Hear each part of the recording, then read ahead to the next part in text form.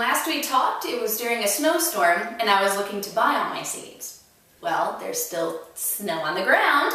However, I have all of my seeds and I over-ordered. I know I was going to try to be good and not do that, but I got a little excited. And actually, I'm still excited about it. I'm growing a lot of new things that I haven't tried to start from seed myself, and some interesting varieties of those things. So it's an experiment once again.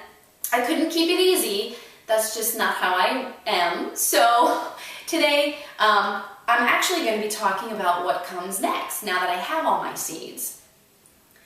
I need to figure out when to start them inside and when they need to go into the ground. First, what you need to do is figure out when is the last frost date in your area. Around here, it's about the middle to end of May, and so I just use Memorial Day weekend as my, this is when everything goes into the garden weekend. From there, I need to count backwards based on how long certain things need to grow inside. So like cayenne peppers need about 10 weeks from seed until they're ready to go outside. There are other things like tomatoes and tomatillos which need about 8 weeks of growing inside. And then there are things like kale and Swiss chard, which are more cold weather plants, which you can actually directly put the seeds into the garden outside a week or two before the last frost date. So I just need to come up with a plan. I'm a planner.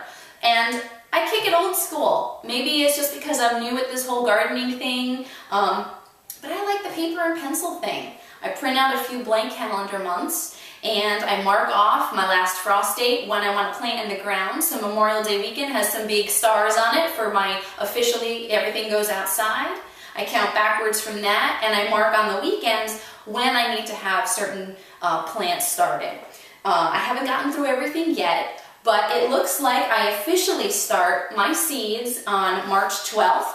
I'm only a few weeks away, and once I start my seeds inside, it really starts to feel like spring is going to be coming. It's happening. We're not going to be stuck in more snow for very long. Once I have my seed starting plan, I need to figure out if I need any supplies to start all my seeds. And last year, I had about 1 shelf's worth of seedlings. This year, it looks like I'm going to need to do 2 shelves. So I'm going to need to get another shop light to grow my seedlings under.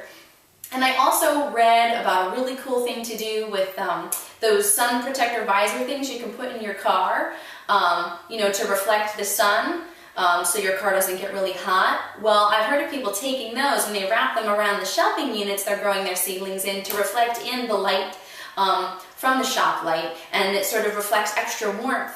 And I thought that would be a really cool idea to try.